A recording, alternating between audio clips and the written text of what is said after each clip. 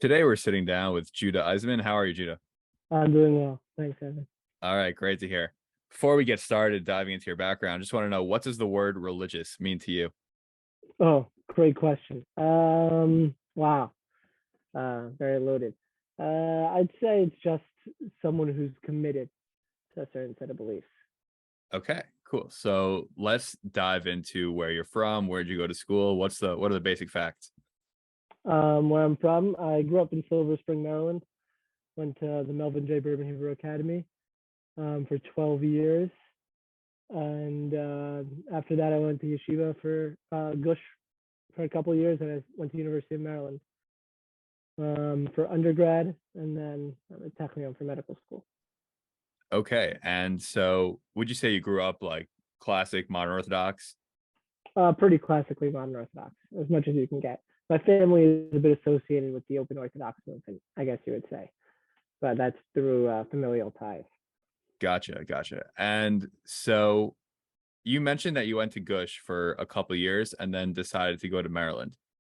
Yeah. So what was that decision like? Was there ever a point where you were, well, you're from Maryland, so it might have been a kind of easy decision at the onset, but was there ever a point where you wanted to switch schools? Well, I wanted to switch schools. Sure. I mean, certainly at Maryland, there was a point where I thought about switching schools, but also before. I mean, I do remember the day in yeshiva that one of my rabbis, like, whatever, wanted to talk. And he was like, very blunt, and he said, "Why are you going to Maryland, Judah?" And I said, "Well, first of all, it's free. For me, it was free because my father works there, and also because YU doesn't offer a classical education. Like I majored in Greek and Latin literature, and that wasn't available at YU. I didn't get into Columbia, and there was no reason to look at other schools. Once I got into University of Maryland, it was about a combination of it being free and decent enough liberal arts education was Got, simple enough." gotcha. Okay, that makes sense. And so when you actually got to Maryland, did you have kind of a culture shock, or was there anything Sure. that happened that made you think like I made the wrong decision? Anything that happened made me think I made the wrong. Sure. I mean, every single person who kind of flips out a bit in yeshiva or becomes more religious has a coming to moment where they think I need to make aliyah, join the army. And I mean, I can tell you a story. My first week in Maryland, I spent the whole week kind of learning by myself in the base. Very very disheartening. And then Friday night came. I ate the Hillel with a few people. I went to the base and learned by myself for a few hours. And 10:30 comes, and so I walk home to go to sleep, and I walk into my apartment building. It's called Knox Towers, and it was an off-campus apartment building. It was known to be a bit rowdy. I walk in, I could like see the smoke line on top of it on the ceiling, and I was like, "Oh my goodness, I should not be here." And I'm walking up the stairs. I was on the fifth floor. Like I can hear like all the parties around me. I got out into the fifth floor, and like there's a naked guy running right at me in the corridor, like completely naked, like screaming like, "Oh man, I'm sorry, I lost that beer pong," and I nearly like ran down the stairs and ran back to Israel because I was so in shock. Whatever. I was so in shock. Uh, and that's usually the story I tell when people ask me about it. Those moments happened less and less frequently, but they happen all the time at Maryland. Gotcha. And Yeah. so that was when you were a freshman, obviously, but as time went on, did you find yourself kind of becoming influenced by your environment at all? Like how did you change? Did you change from a freshman to your senior year religiously? Sure, certainly. That's a great question. I mean, listen, naturally, unless you're not associated with a community in any way, whenever you enter an environment, you're going to be pulled towards the middle of it. Um, and I certainly was. I mean, I can tell a similar story as well. But on my second Shabbat, I was invited out, and I went to a meal, and like they had shots, and it was me and another freshman there, and I was like, no, I'm not drinking it. And then by my junior year, I remember I visited a friend of mine at Columbia, and he was and he asked me how much I drank, and I was like, oh, I have like 2 or 3 beers over a weekend, over a Shabbos. He was like, whoa, sorry, 2 to 5 beers. It was like 2 to 5 beers, and I was like, yeah, it's like nothing. And for me, that was nothing. Yeah. 2 to 5 beers. I watched people drink 2 to 5 beers before like davening at Hillel after they already showed up drunk. Um, it was nothing. So the perspective is always important, because your perspective, I mean, that's not necessarily religious, but your perspective will always be influenced by the people around you. In the same way that if I go to a certain community that demands that everyone where has a certain dress code, I'll be influenced by that, even though if I don't have that dress code, I'll think that that's more likely how you're supposed to dress, and I'll end up dressing that way. Or if, in the same way, if I go to a community that's more relaxed, that everyone eats out dairy, I may not end up eating out dairy, but I'll be more inclined to recognize those positions. For sure. I mean, I think that you definitely compare yourself to the people that you're around. And then when you're exposed to other people, it kind of changes your whole worldview almost. Let's do a Yep. little timeline here. So, what year did you graduate Maryland, and when did you end up making aliyah? I graduated in Maryland in 2018. I made aliyah a few months ago, Gotcha. So, 2022. what was the part in the middle there? I was a medical student. For the first part, I was like in limbo for whatever. I was like learning the baby Midrash, med student, and then full med student, and yeah. So, where did you go to medical school? In Israel, Technion. Technically. And so, how did you decide to go to medical school in Israel? How did you make that decision? Sure. Wow, great interview question. Great residency interview question. A couple of reasons why. One of them was my grades were borderline. I wasn't sure if I'd be immediately accepted into a medical school in America, like a lot of the people who go. And so I didn't want to risk it. I just went, and I got accepted, so I went. I didn't have to wait a whole cycle and then try my luck. So I just went.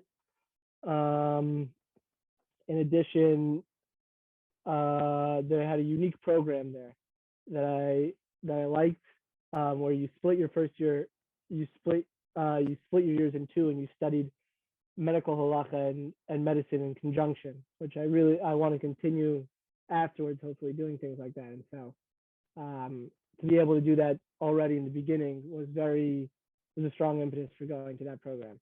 In addition, I also wanted to make aliyah when I was in yeshiva, but I was a bit cynical of the perspective that I had while I was there, because it's very easy to want to make aliyah while you're in a closed environment where it's very easy to live. So I wanted to see if it was actually feasible for me to live in the country when by myself, essentially. So I went to check it out as well. Gotcha. And I received your background information from our great MoPod guest booker, Mikey Pollock, who you are friends with, I assume, from Maryland. Yeah, and good friend, according to Mikey. A good friend. Very nice. And so I was wondering, I know that you are now currently married. Yeah. But I think he told me that you met your wife while you were in Haifa. Is that correct? Yeah. So how did that happen? How did I meet her? Yeah. You get a bunch of different stories depending on who you ask. But I met her at a Sheva Bracha in Jerusalem, and we drove up together, and then we met a couple more times, and then we went on a few dates in the north of Israel. Gotcha. So were you worried when you were deciding to go to medical school in Israel that it would kind of hurt your dating prospects at all? Was that something that even came to your mind? First of all, I mean, no.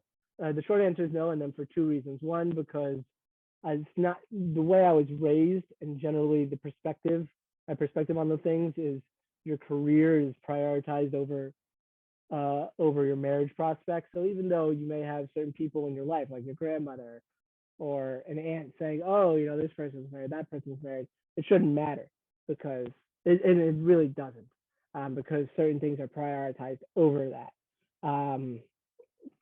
And that's kind of how I was raised to that degree. It's kind of how I was raised, that there are certain things that are prioritized. Not that you shouldn't get married, not that it's not important, but if you have a career opportunity, that's what you if you have a career opportunity, sometimes you'll sacrifice your marriage prospects for that career opportunity. When I got to Israel, people were starting to set me up or trying to set me up. It's just how it is. Gotcha. And I was never worried. okay, I mean, well, that's good. Do you still believe the career prospect philosophy? Um, what does it mean believing it? Uh, I mean, I know some people are probably. I live on the Upper West Side. I know some people probably live on the Upper West Side, and maybe they don't necessarily have to, or maybe they have opportunities in other states or things like that, but they try their best to stay on the Upper West Side because that's where they think they could find their future spouse. And do you think that this is a bad decision? Let's give a specific example. Let's say someone got into a school outside of New York that's better than the school they got into in New York, okay. but they decide to stay in New York because that's where the Jewish community is bigger and more likely to find someone. What are your thoughts on that? It depends what's healthiest for them. I mean, some people are not, some people are like, how do you say this properly?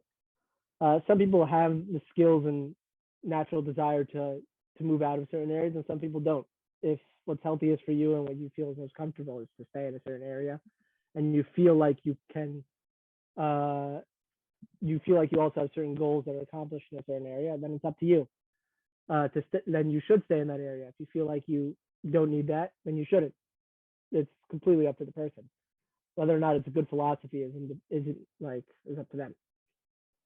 Okay, it's a lukewarm take over there. I was trying to get Is it, some controversy over here. it's not a, I mean, it's not a take as much as it's the reason I took that perspective is because that's how I was raised, and that was up to me. That was up to me. In the same way that I would never have wanted to move. I'd never want to really move to New York. If I got a job there that was a great job, maybe I would move there, but I don't really want to. But I would do it. But Gotcha. that's just up to me. Why did you never really want to move to New York? For a few reasons. I don't really like. I don't know how to say this without offending people. I've learned that a lot of people surprisingly listen to these podcasts. I'll say the safest of the things, which is sometimes I think the religiosity can get dull there because you don't realize, and your life can get dull there because you don't realize the way in which you don't realize that the things that are available to you aren't available everywhere. You don't realize that they've allowed for a certain comfort in life, which decreases the drive that you have and the opportunity for you to want to do more. And so when you live in those areas and those communities, you do it out of safety. And I didn't really want to live in that way. Okay, yeah, I don't think that's offensive. I think it definitely. Yeah, there's some other reasons. Okay, I've learned a lot of people listen to these. All right, yeah. I mean, I don't think that reason's offensive at all. I think it makes sense. I think that it kind of applies to careers also. I mean, obviously, you're going into medicine, and so it's maybe not the same as the business world, but there's this whole idea of wanting to work for a startup or wanting to work for a big company. And there are two different types of people. There are people who love the idea of working for a startup, playing a lot of different roles and being able to contribute in many different ways. And there are people that like the safety of a big company, like the idea of contributing, like mastering their role in the big company, like carving out a specific skill set. So it's kind of the same thing in the sense that you could either be the frum guy at Maryland and have that drive, that extra drive. Obviously Maryland has a pretty large frum community, but not as big as New York, but it's just, I'd say Maryland is the largest Orthodox on-campus community. Out of any, much larger than any college in New York. Certainly for Shabbos. What if you combine the downtown community as if you just make that one college? Yeah, it's kind of what it is. Well, like NYU, I don't know what else is downtown. NYU, Baruch, Cooper Union. They all stay on campus for Shabbos? Yeah, a lot of people do, yeah. Yeah, it's like over 500? If you combine both the Hill and the Chabad, I would guess so, yeah. Okay, so yeah. Yeah, so, yeah, definitely Maryland's up there. but as you said, there's also like this huge party culture which you're exposed to. And so I hear the logic. So where do you live now in Israel? I live in Haifa, So why Haifa? because that's where the school is. You're still in medical school. Um, Okay. yeah, I mean, listen, I'm all in on Haifa. I love the area, and if I could find a couple of friends to move with me, I may move there. But the medical school is in this little town called Bat Galim, like a little community in Haifa, and it's on the beach. It's a great area, great community. Um, there's no reason, and it's cheap enough that there's really no reason incentive to move out of it. Gotcha. And so going to medical school in Israel, well, you made aliyah. So why did you decide to actually make that move and make it official as opposed to kind of waiting Um, out your medical school? because there were a couple reasons. One, my son was born, so to get Mazel tov. thank you, to claim him as my son, you have to be an Israeli citizen, and I had a friend previously come into that problem where he wasn't able to claim his son, like his daughter as his child, and I didn't want to run into that problem, so I became a citizen. And also, once I decided to do residency in Israel, that's when I realized that's when there was no reason to push off making Aliyah anymore. Gotcha. And what are the practical implications of being able to claim your child? What does that actually mean? I, I mean, that's a great question. Doesn't it means that there aren't just like tax implications. It means they're on your ID card in Israel. It means that I mean, in Israel, it actually has a couple more implications because if a child doesn't have a certain parent, then they can't marry certain people out of fear of mamzerut. Mm-hmm. And so it's a practical thing. Gotcha. And so just to dive into a totally different topic, Mikey did mention that you have had either you have a podcast or you had a podcast in the past. So just Yeah. want to dive deeper into that. What was your podcast about? My, And my podcast is called Mysteries of Bat Galim. What's it about? It's about nothing. It's a shtick podcast. Nominally, it's about moving to Israel and being in medical school. Those are the two main types of people that we have on. But also, it's about whatever's on your mind, living your life. You know, some guy told a story about how he got high on Erev Yom Kippur and couldn't make his flight. Whatever. It was basically interviewing the people in our community or people associated with a med school to find out what it's like, what their experiences have been. is that something you still do? It's been harder and harder as I built my family. Carving out time to interview people for a podcast you're not wildly committed to is difficult. Gotcha. Yeah, for sure. I mean, it's definitely a grind, especially when you have a guest centered podcast where you need a new person every time. And it's difficult for me to talk by myself. I need someone to bounce that off. For sure. And so your religious journey, right? It took you from your community in Silver Spring, Maryland to the University of Maryland, where really to Gush, and then the University of Maryland, and then to Haifa. What would you say were the biggest, besides the broader spectrum of Maryland, the biggest stumbling blocks along the way? And what advice would you give to people that feel like they went to Israel for the year or 2 years, and then they went to a secular college and everything their rabbis told them like kind of came true? They find themselves less religious than they were even like at the end of their high school career, and now they're just kind of searching for meaning. Sure. That's a great question. And that's a really hard question. I'm going to want to bounce it back with you as we go through it. Sure. I'll tell you what my rabbis told me when I asked them why how to remain religious at college. One of them told me, I mean, at Gush, there's a classic one. You ask the two Rosh Yeshiva, Rav Aaron Lichtenstein, Yehuda Amital. Rav Aaron Lichtenstein used to tell you to bring a chumrah. Yehuda Amital used to tell you to bring a nigun. That's like classical Gush, all the way back to the 70s. When I asked my rabbis, I asked a rabbi called Rav Mordechai Friedman, and he said, set a certain amount of time that you're going to learn every day, and learn that amount of time no matter what. So Erev Chag, you got test set, you got three exams that day. Learn that no matter what. For me, I set that time as an hour in the beginning of my college, and I learned that time amount of time no matter what. Um, and another rabbi told me to go to Minyan as often as possible, 3 times a day, which is a bit easier in Maryland because the culture surrounds that. So it's a bit easier, but I did that as well. That one was a bit easier just because it's built into the Jewish culture a bit more. And so depending on where you are in the timeline, right, and you're hearing this, if you're getting into college and you're worried about remaining religious, that's a couple of things you can do that worked for me, especially at Maryland. The other one is to set certain standards for yourself and don't break them under no circumstances, no matter how much of like a douche you look like, no matter how much people get angry at you or they think you're being sanctimonious, to not break those standards. And there were a couple that I just didn't break, no matter what. And it may have seemed weird, it may have seemed uncomfortable, it may have been uncomfortable, but you can't break those standards.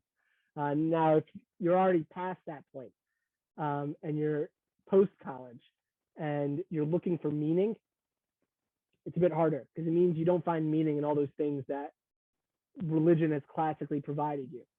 I mean, the Jewish religion for years and years has maintained that learning Torah and doing mitzvot, and more recently, like singing songs has been added to those things, and attending those events.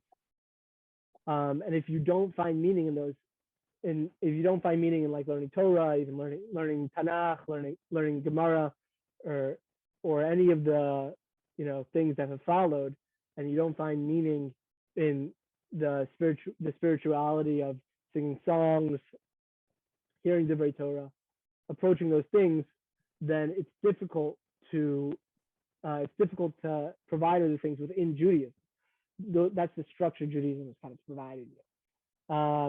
And if you want to be more religious, or if you're looking to be more religious, go to those things. I also remember my father told me before I went to college as well. Before I went to college, I didn't ask him; he just told me. He said, "You will find time for the things you want to find time for. If you want to make sure you learn for 3 hours a day, that is what, and you prioritize that. That's what you will do. If you want to make sure you will get married, and you prioritize that, and that, I mean, I say that in all humility because I know there are some people who struggle with that, and who struggle with getting married. But I'm just saying, if you want to get married, that is what, and you donate, you designate all your time to that, or the time that you need for that. That is what you'll do. If you want to get an A every single class, and that is what you designate your time for, above all else, that's what is important to you. But the time that if you're post college now and you're having a hard time finding meaning, religiosity, you want to become more religious, and you designate your time towards it, that is what is that. I feel like that's what's most helpful for you. If it's a Saturday night and you can be skimming YouTube, or you can go to a shir, you can look up something on the parsha, that's you donating your time. If it means waking up an hour early to daven, as opposed to like davening a couple things and putting on fill-in when you get back from work or whatever, or not putting on, like that time that you designate towards those actions will be meaningful. And so if you have difficulty finding meaning and you want to find it within the structure of Judaism, I think that's the advice I would give you. Or that's the best you're going to get. Yeah, for sure. Designate your time towards it. I totally agree on the priorities point that your father told you. And I think that obviously all of these things, like there is still a chance it doesn't work. Like you said, with marriage, you could put in all the time in the world and someone could put in no effort at all, and that person could still find someone before you do. But hishtadlus matters. Like it's not all luck. It's nothing. None of this is all luck. Studying and working towards becoming more religious, it's not all just happenstance. Not everyone will have that one moment or just the thing that happens without any effort whatsoever. I mean, that's great if it does. If something great happens to you without you putting any effort, that's phenomenal, but it's usually not the case. Yeah, marriage is a bit more complicated because it involves someone else, and you're always dealing with a back and forth. But things that are completely reliant upon you, your time is the most important thing, I think. For sure. Yeah. So you figured out about yourself that you are the type of person who likes to be religious in a community where there is less religion, and kind of Yeah. shine in not in the biggest spotlight. Shine exists. Okay, exist and not in the biggest spotlight. And so I'm wondering, would you ever consider moving to Yerushalayim? Is my first question. Ha. And Yeah. my second question is, what advice would you give to someone who doesn't know what kind of person they are, because they grew up in the bubble, let's say, and they kind of are just jaded and they feel like they are They need like in, an eat, pray, love. yeah, how do you get there? I mean, how do you find out who you are? Oh, Yeah. if I knew that, Nah, it's not I'd exactly how have do a you lot find more out who you money. are. Yeah. Yeah. I guess I'll answer your first question first, Evan. Certainly, there's a time I consider moving to Yerushalayim. Everyone does. I mean, it's whatever. It's Yerushalayim. A ton of my friends live there. I wouldn't have to work hard to meet new friends. I wouldn't have to work hard to find a shul, to find minyanim. Um, yeah. Uh, but I will say, like, I moved, like, my wife and I were considering it. We went to Yerushalayim for a Sunday, and like there was a ton of traffic getting in there. It was like really difficult to get around. And then like we ran into a Haredi riot as we're getting there, and so all the traffic stopped, and like we like walked through this Haredi riot. They were, I don't know, protest. Sorry, protest. I don't know what they were like. The weirdest thing is we got to the place where we wanted to get, and we were like, what is going on in this city? And then we like started looking at the prices on the rents, and like we're used to like 1,000 shekel a room. That's how much it is. That's like what the price is. Like 3 rooms, 3,000 something shekel. 5 rooms, 5,000. And we were like looking at Yerushalayim, and it was like 3 rooms, 6,500 shekel, and we're like, what is going on in the city? And then we're like, is it worth it to move here? Because like a few of our friends, like a bit more of our friends live here, and there's like more kosher food. And like there's some better minyanim times. It was like literally the same exact thoughts I was having when I thought about moving to New York. Like, is it worth it to move to the city that like the city itself like kind of sucks, the people in it hard to deal with, and like for like and the rent is super high for like a few more people that I know, and like some better kosher food. I don't really think so. So that was kind of the cynical perspective on moving to Yerushalayim. Um, your second question, I've already forgotten. I apologize. I think it was a deeper question of how do you find out who you are if you haven't experienced both types of I don't know. experiences? I don't know, man. How do you find out who you are? We're all dealing with that journey. Um, you learn by going where you have to go. Sorry to quote Theodore Resk. What's it called? Sorry to quote what's his name. I don't know. You kind of learn by living life what you have to do. If you think, hey, I might enjoy not living in New York, you move somewhere else. And then if you don't enjoy it, you move back to New York. I will say one of the things I learned about moving to Israel is that it's kind of never too late, especially in your early 20s and 30s, to like change what you want to do. If you do something and you don't like it, you can change. I mean, I think I've already had friends who kind of changed their career path. It's okay. It doesn't mean like you failed at your previous career path. It just means that you didn't like it. And usually added experience from a different field only makes you better in the field that you want to do. Mm-hmm. And so changing your career path now in your 20s or 30s, or changing your life perspective, doesn't mean that you failed at the previous one or that you didn't like it. It just means that you're trying something new. And if you don't like that new one, go back. It's not the biggest deal. You already have the experience built up from it. That's talking about career. And also, like, let's say I live in New York and like I don't like it as much. I feel kind of dead. Move to Philly or like move to DC for a year or two, and I really hate it. I can move back to New York because I still have friends there. Yeah. I still have like an ability to get an apartment. Probably wouldn't be too hard to find a job. Like, just because you don't like it in DC doesn't mean that it's impossible to move again. All right, definitely makes sense and some wise words. So we're gonna move on to our segment, the MoPod Lightning Round, where I'm just gonna fire off some quick questions and you tell me the first thing that comes to your mind. You ready? Shout out lightning round. Let's go. What is your favorite restaurant in Israel? This Furman's Pizza. Okay, what is your favorite podcast? Uh, Probably Pardon My Take podcast. Oh, okay, me too. How many? But it's explicit, so I skipped the curse words. Don't worry. Yeah, okay. How many pairs of sunglasses do you own? Just one. They keep on breaking. So you got to okay, maybe get more. Do you have more t-shirts or undershirts? Undershirts. I stopped wearing t-shirts when I got into left yeshiva. Gotcha. Except to play basketball. Okay. What is the least important meal of the day? Breakfast. Skip it every day. Yeah. Okay. Very true. Good answer so far. Do aliens exist? I couldn't care less. Okay. And what is your favorite book of all time? My favorite book of all time. Oh shoot, I know this one. I usually have movie ready. My favorite book of all time is probably still the 2001 Baseball Almanac from Bill James. Okay. Thank you, Judah Eisenman, for coming on the MoPod. Anything else you want our listeners to know before we sign off? No, I'm good. Thanks, Okay. Evan. Thank you for having me. Okay. Pump the volume.